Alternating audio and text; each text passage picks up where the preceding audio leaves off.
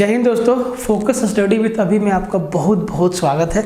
तो आज से हम लोग शुभारंभ कर रहे हैं आप लोगों की डिमांड पर मैथ के 30 दिनों की क्रैश कोर्स, जो झारखंड सीजीएल के लिए यूज़फुल है, एकदम वेरी यूज़फुल कि 20 में से 20 नंबर आपको लाना है झारखंड सीजीएल में, ये दावा है हम लोगों का।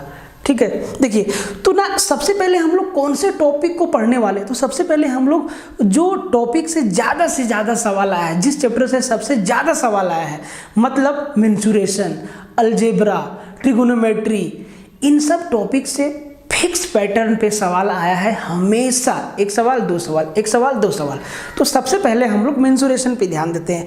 और मेंसुरेशन पढ़ने से पहले कितनी तरह की फिगर्स होता है, rectangle, triangle, circle, rhombus, quadrilateral, parallelogram, इन सब का जानकारी आपके पास अगर नहीं होगा तो आप एग्जाम में सवाल को नहीं तोड़ पाएंगे। तो इसी पे हमारा आज का सेशन बेस्ड है कि हम लोग सबसे पहले फिगर्स को देखते हैं, कितने तरीके के फिगर्स है और कौन सा फॉर्मूला आपको डायरेक्टली याद रखना है। तो जो सबसे पहला फिगर है वो हमारा है आयत का। देखिए आयत, रेक्टेंगल, आयत का। तो जी देखिए, जैसे ही आपके दिमाग में आया आयत, रेक्टेंगल, तो आपको ऐसा फिगर बना लेना है जिसमें एक लंबाई होगा और एक चौड़ाई होगा। और आपको याद रखना है कि इस फिगर का लंबाई बराबर है और चौड़ाई बराबर। ये लंबाई इसके बराबर है और ये चौड़ाई इसके बराबर है। आयत में लंबाई होगा, चौड़ाई होगा, ऐसा 4 साइड से घिरा हुआ फिगर जिसके आमने सामने का जो साइड है उनका लेंथ बराबर होगा। देखिए आमने सामने के साइड का लेंथ बराबर, आमने सामने के साइड का लेंथ बराबर। आयत का जो चार कोना बना, ये 4 जो एंगल बना, ये चारों एंगल 90 डिग्री का होता है। ये थोड़ा सा आगे का पार्ट हो गया ज्योमेट्री का, बट आपको यहाँ भी थोड़ा सा बता दिया जाता है। तो सबसे पहला चीज आपसे पूछेगा जी क्षेत्रफल क्या होगा आयत का। तो आयत का क्षेत्रफल निकालने के लिए आपको लंबाई और चौड़ाई को गुना करना होगा, मतलब लंबाई गुना चौड़ाई। दूसरी चीज आपसे पूछेगा जी कि आयत का परिमाप बता दीजिए, लंबाई और चौड़ाई अगर दिया हुआ है तो जी आयत का परिमाप या किसी भी 2 डायमेंशनल फिगर का अगर परिमाप आपको निकालना है तो आपको याद रखना है कि जितनी उसकी बाउंड्री की लंबाई है वही उसका परिमाप होता है, बाउंड्री का जो लेंथ है। तो जी इसका बाउंड्री का लेंथ एल बी मतलब 2L + 2B क्या हो गया इसका परिमाप। तीसरी चीज आपको याद रखना है कि जी आयत में ना विकर्ण होता है, डायगोनल होता है। इसमें दोनों कॉर्नर आमने सामने के एंगल को मिला दीजिए तो ये हमारा क्या बनेगा, डायगोनल बनेगा। एक डायगोनल ऐसे और एक डायगोनल ऐसे। तो आपसे ना डायगोनल का लेंथ पूछेगा, तो जी दोनों डायगोनल का लेंथ क्या होगा, बराबर होगा। तो जी और डायगोनल का लेंथ क्या होगा आपको डायरेक्ट याद रखना है, √अंडर लंबाई का स्क्वायर प्लस चौड़ाई का स्क्वायर। ये 3 चीज़ आपको आयत में याद रखना है। और ऐसा ही 3 चीज़ आपको वर्ग में भी याद रखना है। तो जी देखिए वर्ग में आपको क्या याद रखना है, जैसे ही आपके सामने आया वर्ग स्क्वायर, क्या बोला वर्ग, क्या बोला स्क्वायर, इंग्लिश में क्या बोला जी स्क्वायर। तो वर्ग एक ऐसा फिगर आपको दिमाग में उकेरना है कि ऐसा एक चतुर्भुज है, वर्ग ऐसा चतुर्भुज होता है जिसका चारों साइड बराबर और चारों कोण बराबर। आयत का भी चारों कोण बराबर था लेकिन चारों साइड बराबर नहीं था। वर्ग का चारों साइड क्या है, बराबर। मान लेते ये A यूनिट है, ये भी A यूनिट है, ये भी A यूनिट है, ये भी A यूनिट है। और इसका चारों एंगल बराबर, चारों एंगल 90 डिग्री का, चारों एंगल 90 डिग्री का। चतुर्भुज किसी भी तरीका का हो उसके चारों कोण का योग हमेशा 360 डिग्री रहेगा। किसी भी तरीका का हो चारों एंगल का सम ऑलवेज 360 डिग्री रहेगा। तो जी इसमें भी आपसे पूछेगा कि भाई साहब आप इसका क्षेत्रफल बता दीजिए। तो आयत का क्षेत्रफल क्या था, लंबाई गुना चौड़ाई। तो इसका भी क्षेत्रफल होगा लंबाई गुना चौड़ाई। अब क्योंकि इसका लंबाई और चौड़ाई दोनों आपस में बराबर है तो A गुना A क्या हो जाएगा, A², या आप इसी को हिंदी में भुजा स्क्वायर भी याद करते हैं। दूसरा चीज आपसे पूछेगा सर परिमाप। तो हम परिमाप के लिए आपको क्या बताएं कि किसी भी 2 डायमेंशनल फिगर का अगर आपसे पेरीमीटर पूछे तो आपको बाउंड्री का लेंथ बता देना है। मतलब a plus A plus A plus A क्या हो जाएगा 4a। क्या होगा ये 4a क्या होगा परिमाप। इसमें भी आपसे पूछेगा विकर्ण क्या होगा इसका विकर्ण। तो जी इसका भी 2 विकर्ण होगा और दोनों विकर्ण क्या होगा दोनों विकर्ण का लेंथ आपस में क्या होगा बराबर होगा।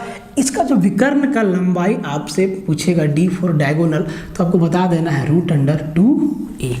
ये 3 चीज़ भी आपको स्क्वायर में याद रखना है। स्क्वायर में 1-2 बातें और आपको याद रखना है जो क्वेश्चन के साथ मैं आपको क्लियर करवा दूंगा। ठीक है, ये हो गया आपका स्क्वायर का। अब हम लोग पढ़ते हैं त्रिभुज ट्रायंगल। और ट्रायंगल में सबसे पहले समबाहु त्रिभुज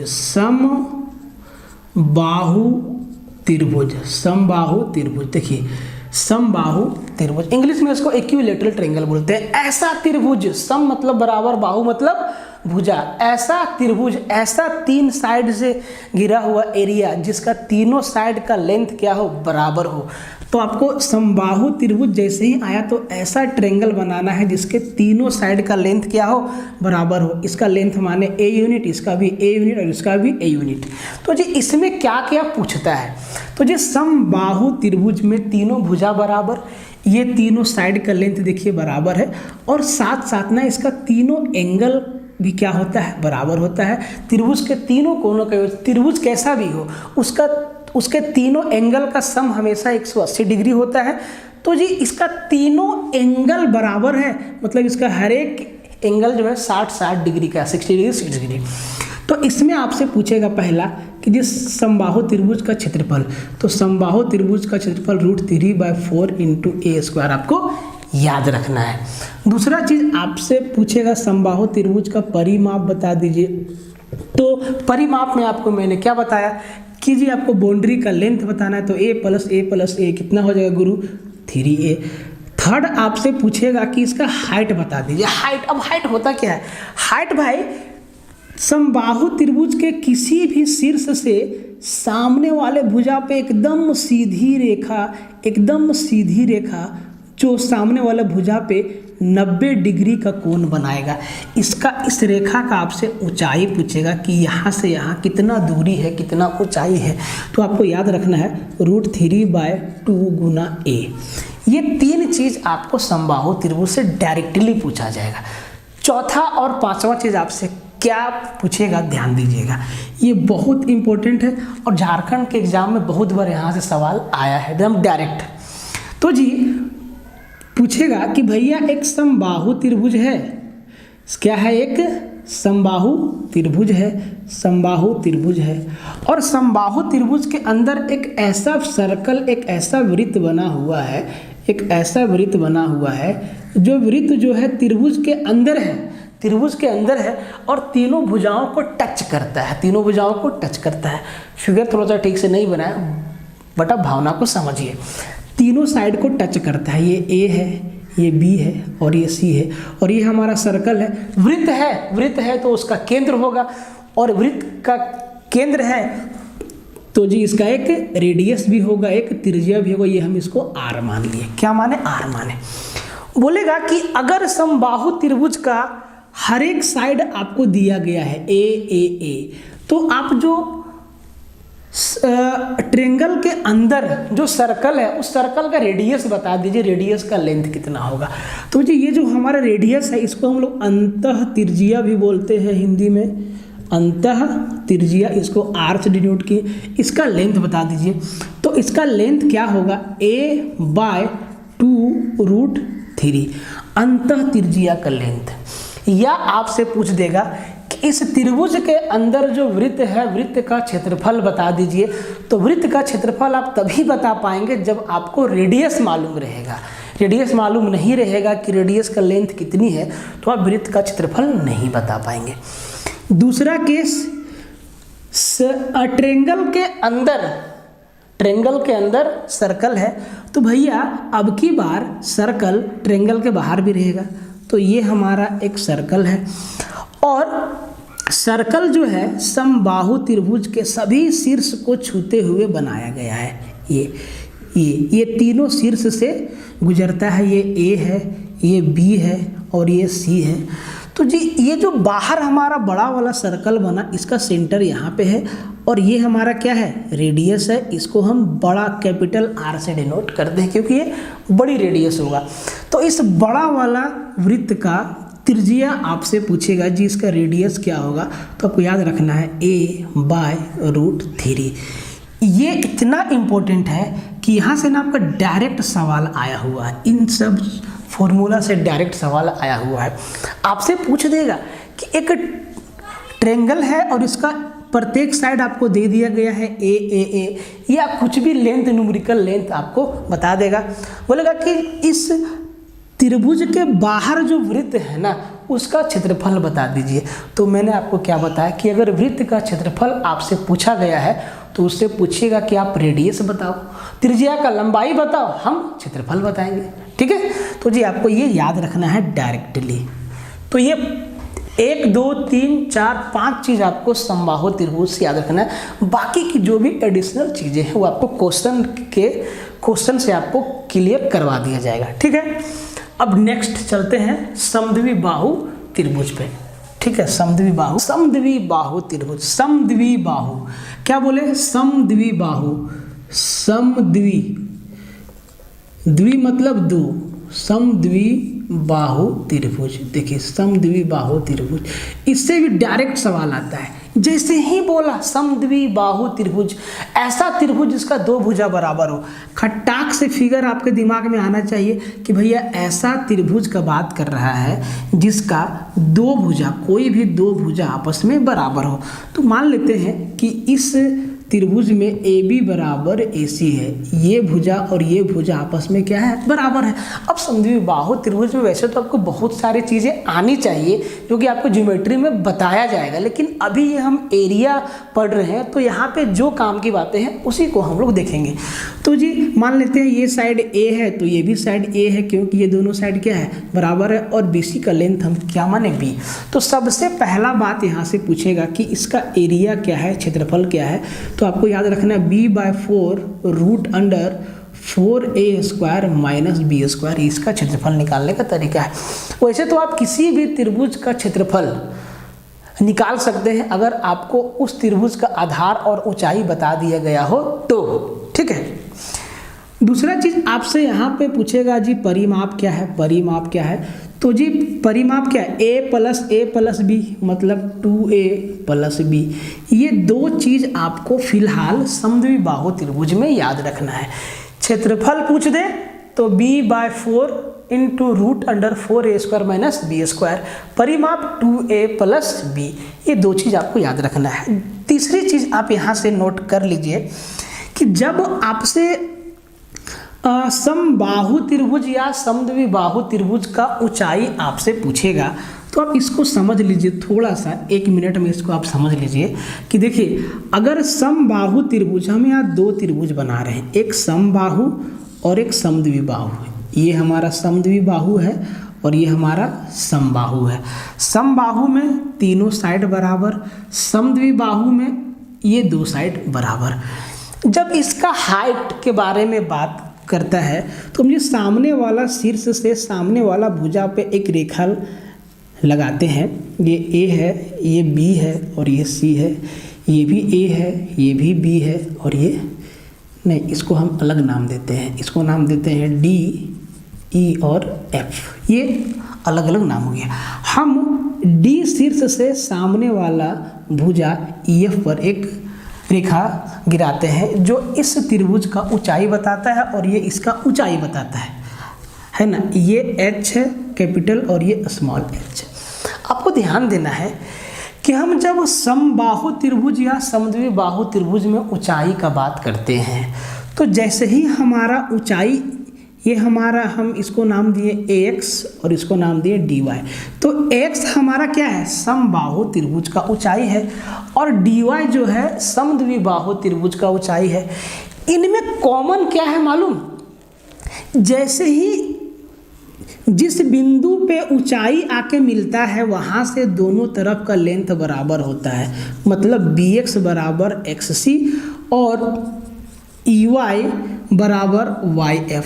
ये चीज़ आपको याद रखना है, इसका लेंथ बराबर और इन दोनों का लेंथ क्या है, बराबर। मतलब जिस भुजा पे ऊंचाई जाके गिरता है उस भुजा को दो बराबर हिस्सों में बांट देता है, आपको याद रखना है। और ये जो ऊंचाई है वो हमेशा भुजा पर 90 डिग्री का कोण बनाता है, 90 डिग्री का कोण बनाता है। एक समकोण ये, एक समकोण ये, एक समकोण ये, एक समकोण ये। यहाँ से भी सवाल आपका आएगा, लेकिन ये ज्योमेट्री में आएगा, ठीक है। आगे बढ़ते हैं। इसके बाद हम लोग पढ़ते हैं विषम बाहु त्रिभुज। विषम बाहु, जैसा नाम से आपको क्लियर है, विषम बाहु। विषम मतलब सब कुछ अलग अलग और बाहु मतलब भुजा। तो हम लोग ऐसा त्रिभुज की बात कर रहे हैं जिसका तीनों भुजा अलग अलग हो, मतलब तीनों का लेंथ अलग अलग हो, हाँ, लेकिन तीनों एंगल का सम हमेशा 180 डिग्री ही रहेगा। तो जी ऐसा त्रिभुज का बात करेंगे जिसका तीनों साइड का लेंथ अलग अलग है। इसका लेंथ a है, इसका लेंथ b है और इसका लेंथ c है। तो इसका भी आपसे एरिया पूछेगा, क्या बोलेगा, क्षेत्रफल। तो जी इसका क्षेत्रफल कैसे निकालना है, इससे पहले आपको एक चीज़ जानना है, ठीक है। अगर हम इस त्रिभुज के परिमाप का बात कर दें तो इसका परिमाप क्या होगा, तीनों बाउंड्री का length a plus b plus c, a plus b plus c। तो इसका क्षेत्रफल निकालने के लिए ना आपको इसके परिमाप का आधा को काम में लेना पड़ेगा, जिसको हम लोग सेमी पेरीमीटर कहते हैं। तो जब भी इसका क्षेत्रफल पूछेगा तो root under s into S minus a into S minus b into S minus c, ये आपको याद रखना है। अब जी s क्या है, s क्या है, सेमी पेरीमीटर, अर्ध परिमिति।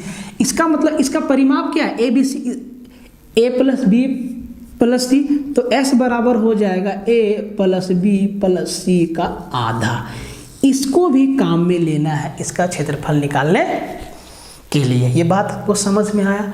तो जी हम लोगों ने क्या क्या पढ़ लिया, आयत, वर्ग, समबाहु त्रिभुज, समद्विबाहु और ये विषम बाहु त्रिभुज का फॉर्मूला हमारा कंप्लीट हो गया।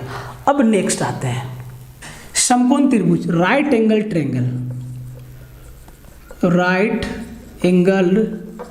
ट्रायंगल। समकोण लिख लीजिए, समकोण। यहाँ से भी सवाल आता है भैया दोनों जगह। समकोण त्रिभुज से आपका ज्योमेट्री में भी बहुत सवाल आ सकता है और क्षेत्रमिति में भी आ सकता है। तो छोटा सा है, समकोण त्रिभुज जैसे ही आपसे पूछा गया तो ऐसा त्रिभुज जिसका एक कोण 90 डिग्री का हो, एक कोण क्या हो, 90 डिग्री का हो, उसको क्या बोलते हैं, समकोण त्रिभुज।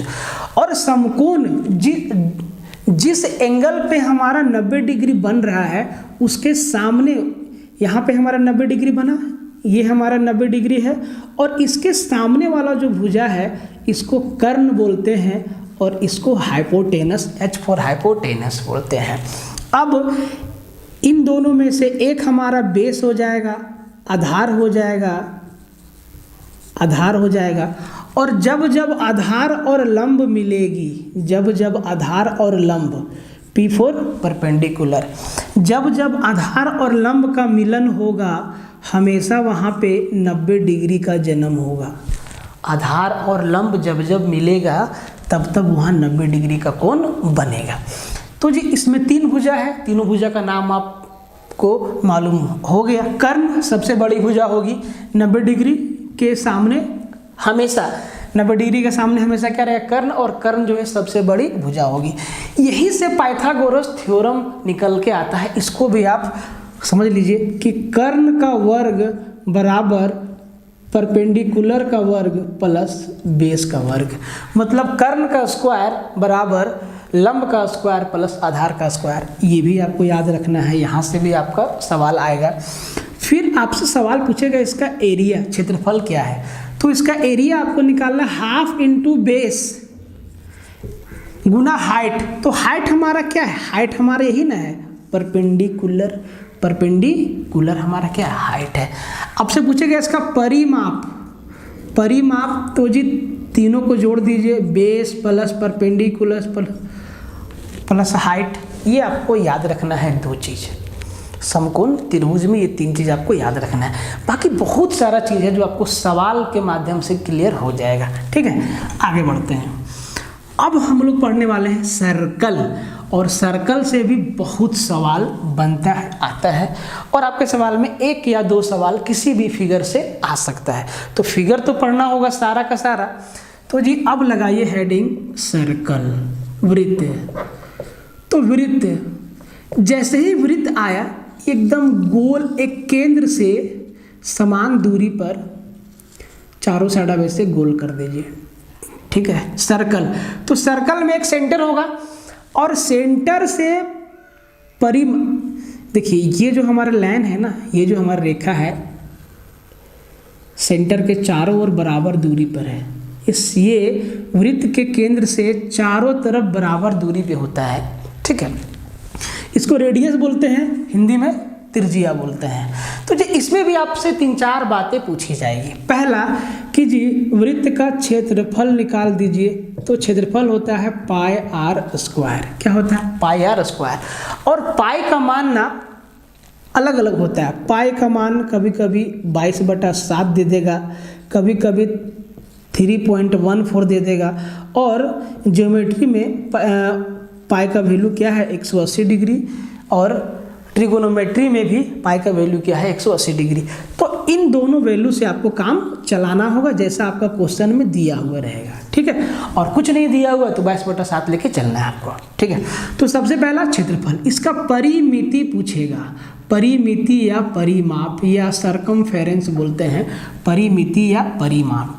तो इसका परिमिति होता है 2πr। 2πr वृत्त का क्षेत्रफल पाई आर स्क्वायर, परिमिति 2πr। देखिए आपको 2 है, पाई है, आर है। अगर आपको सर्कल का रेडियस पता है तो आप क्षेत्रफल परिमिति आसानी से निकाल सकते हैं। अब अगर हम वृत्त को ऐसे काट दें, बीच से कट लगा दें, ऐसे कट लगा दें, तो ये हमारा क्या बन गया जी, अर्धवृत्त। अर्धवृत्त, अर्धवृत्त का क्षेत्रफल देखिए, इसका यहाँ पर सेंटर है, ओ है, ये हमारा केंद्र है ओ, इधर भी रेडियस, इधर भी रेडियस। अर्धवृत्त का क्षेत्रफल हमसे पूछेगा जी, इसका क्षेत्रफल क्या होगा। तो जो पूरा वृत्त का क्षेत्रफल है उसको 2 से भाग लगा देंगे, अर्धवृत्त का क्षेत्रफल हो जाएगा। अर्धवृत्त का परिमाप या परिमिति जो भी कह लीजिए आपसे पूछेगा। तो जी जो बड़ा वाला वृत्त का, जो पूरा वृत्त का जो परिमाप है 2πr को 2 से भाग दे देंगे, प्लस में इस नया जब हम अर्धवृत्त को काटें तो 2 लेंथ नया आ रहा है, यहाँ से यहाँ और यहाँ से यहाँ, तो प्लस इसको भी जोड़ देंगे 2r। ये 2 से 2 हमारा कैंसिल, तो इसका जो परिमाप होगा वो पाई r + 2r होगा। आप यहाँ से r कॉमन भी कर सकते हैं, कोई दिक्कत नहीं है। तो आपको ये 2 चीज़ याद रखना है। तीसरा चीज़ आपसे पूछेगा वृत्तखंड का क्षेत्रफल। वृत्तखंड का क्षेत्रफल, ये 2 चीज़ आपको याद रखना है। इसको हटा देते हैं, वृत्तखंड का क्षेत्रफल। तो जी वृत्तखंड का क्षेत्रफल क्या होगा, पहले जानिए वृत्तखंड होता क्या है। वृत्तखंड होता क्या है, देखिए ये हमारा एक सर्कल है। अब हम सर्कल के सेंटर से ऐसे हम काट के निकाल दिए, ऐसे हम इस भाग को, इस वाले पार्ट को हम ऐसे काट के निकाल दें। इसको हम, ये हमारा सेंटर हो, इसको अलग कलर से करते, देखिए ये वाला पार्ट को हम काट के क्या किए, निकाल दिए। केक काटते हैं ना ऐसे, इसको हम काट के निकाल दें। इसका एरिया पूछेगा, क्षेत्रफल क्या होगा काला वाला भाग का, वृत्तखंड का। वृत्तखंड का क्षेत्रफल तो आपको याद रखना है pi r square into theta by 360 degree. इन दोनों रेडियस के बीच जो हमारा कोण बनेगा थीटा बाय 360 डिग्री। थीटा का वैल्यू आपको क्वेश्चन में दिया हुआ रहेगा हमेशा, तो आपको ये चीज़ आपको याद रखना है। ठीक है, नेक्स्ट हम लोग जो फिगर पढ़ने वाले हैं वो दो फिगर और हमारा बच गया मेनली। एक तो बच गया समलंब चतुर्भुज, समलंब चतुर्भुज, समलंब चतुर्भुज,